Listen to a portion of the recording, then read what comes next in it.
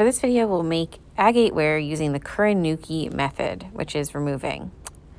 So I've started here with some red and white clay that's been wedged together, and I'm just smacking it together really well and beginning with a nice ball of clay. And I will soon start pinching that pot into the form that I want. You want to think about what you want the form to look like inside because you're going to make the outside look similar in form and try to follow the guide of your inside form. If you make it a cylinder inside instead of a vase form, like where it has curves, that's what you're going to be stuck with when you carve away on the outside. Otherwise, it's going to be really thick if you give it curves on the outside when you carve away. So here I've made my pinch pot. It's a basic thick form, and now I'm squeezing in the rim to actually make it look like more of a vase shape. It doesn't matter how weird it looks on the outside. You can smear it, you can blend it quite a bit. Now I'm pinching it around the handle of a tool, paintbrush, and now I'm going to cut the top rim to where I want it to be. And then I'll just pull out, and there it is. So now I'm taking a piece of fishing line. You could use any wire or any, like, even dental floss would work well. And I'm just going to begin cutting away, following what I remember from what that interior form is.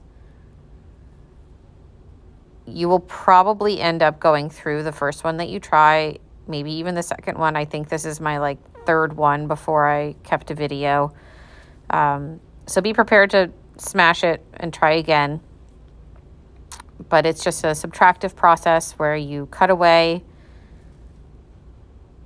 and leave kind of these edges that look and create interest on the surface of the piece structurally, as well as it's cutting away and exposing the swirled red and white clays that are inside.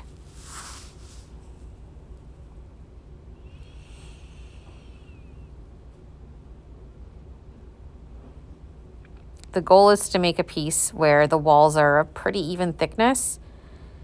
It is ideal to have the thickness be no thicker than about one of your fingers anywhere on the pot, but ideally a 1/4 inch thick to 1/3 of an inch thick maximum.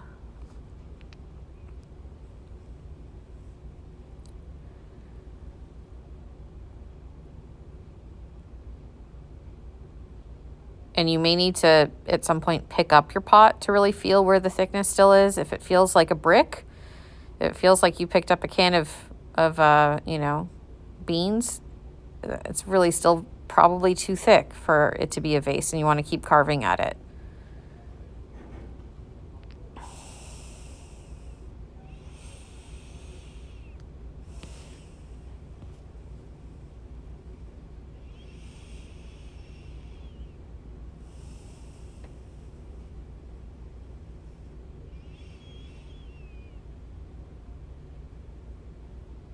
Here I'm just touching up the top. You can go bottom to top, top to bottom. It doesn't matter as long as you don't go through the walls.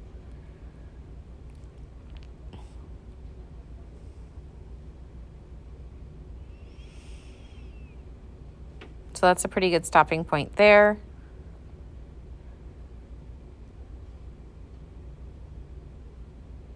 And I'm doing this when the clay is just absolutely soaking wet. I just formed this. It's not any drier than that.